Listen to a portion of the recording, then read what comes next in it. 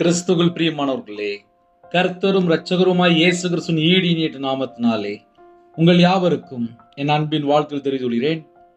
தேவன் அருளிய அப்பம் பிரேயர் மினிஸ்டர் மூலியமாக உங்களோடு சந்திப்பதில் மிகுந்த மகிழ்ச்சி அடைகிறேன். தினம்தோறும் புதிய நாளுக்காக பரிசுத்த வேதம் தந்து ஒரு வாக்கு தத்தங்களை தேவனுடைய நாம மகிமைக்கு என்று நாம் தியானித்து புதிய நாளுக்காக நாம் ஜெபிக்கிறோம்.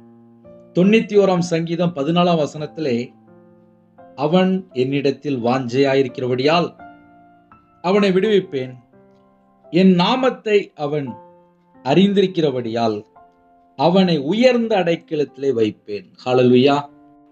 கிறிஸ்துவில் பிரியமானவர்களே, கர்த்தர் மேல யாரெல்லாம் வாஞ்சியா இருக்கிறோமோ, நமக்கு கொடுக்கப்பட்ட வாக்குத்தத்தம், அவன் என்னிடத்தில் வாஞ்சையா இருக்கிறபடியால், தாகமா இருக்கிறபடியால், விருப்பமா இருக்கிறபடியால், ஒரு மனுஷன் கர்த்தர் மேல் பிரியமா இருந்தால், அவங்க எந்த சூழ்நிலை இணைந்திருந்தாலும் சரி, அந்த குடும்பத்தை கர்த்தரே விடுவிப்பார். அவன் என்னிடத்தில் வாஞ்சையா இருக்கிறபடியால். இன்னைக்குள்ள வாக்குத்தத்தம் என்ன தெரியுமா? வாஞ்சை. இப்போ உள்ள வாலிப பிள்ளைகள், வாலிப பையங்க எது மேலே வாஞ்சையா இருக்கிறாங்க? சில குடும்பத்திலே ஃப்ரெண்டு, சில குடும்பத்திலே செல்போன், சில குடும்பத்திலே கஞ்சா, சில குடும்பத்திலே போதை அடிமை, சில குடும்பத்திலே கர்த்தரை விட்டு தள்ளி போயிருக்காங்க. இதெல்லாம் ஏன் சொல்ல வேண்டியிருக்கு அப்படின்னா, வாஞ்சை அப்படின்னு சொல்லி எடுத்துக்கொள்ளும் போது உண்மையிலே 24 மணி நேரம் கர்த்தர் மேல நம்ம வாஞ்சையா இருக்கிறோமா? கர்த்தர் மேல ஒரு மனுஷன் வாஞ்சையா இருந்தால், அவன் என்னிடத்தில் வாஞ்சையா இருக்கிறபடியால் அவனை விடுவிப்பேன். அப்ப கர்த்தருடைய பிள்ளைகளுக்கு ஒரு விடுதலை இருக்கு.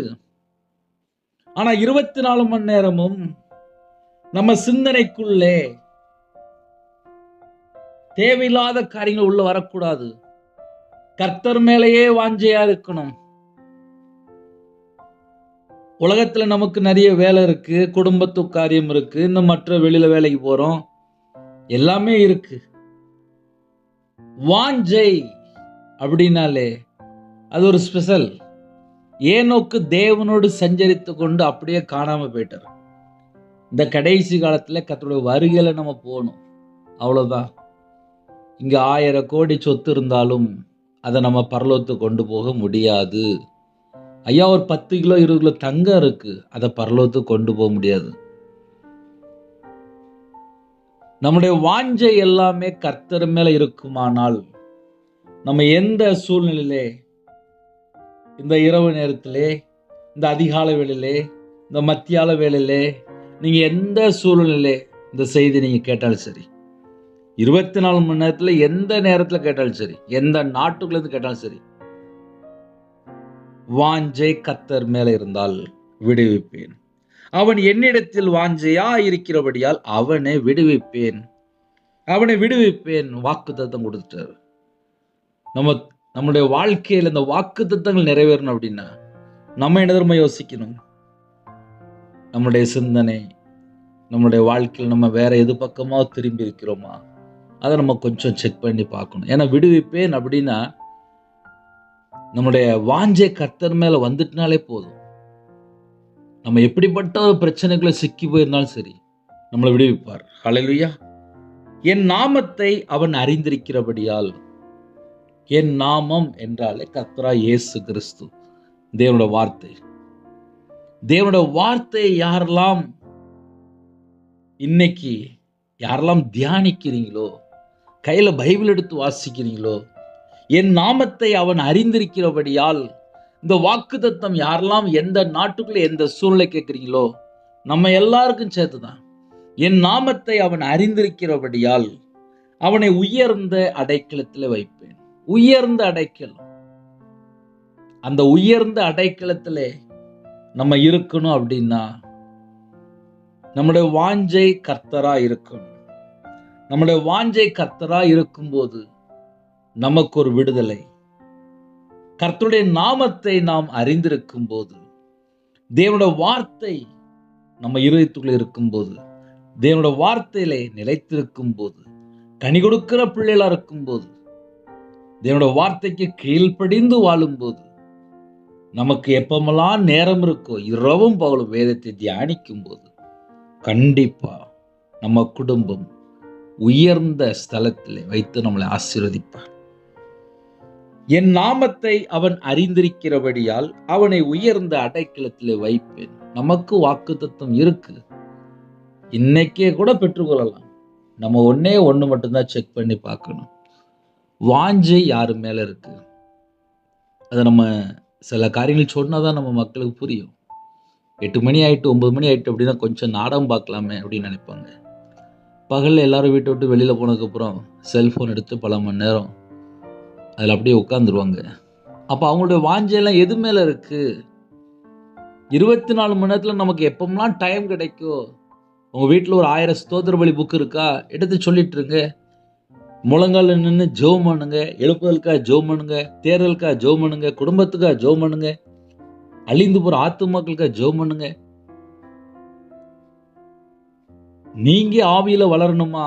கையில பைபிள் எடுத்து வாசிங்க. அவன் என் நாமத்தை அறிந்திருக்கிறபடியால், அவருடைய நாமத்துக்குள்ள எல்லாமே வந்துடும்.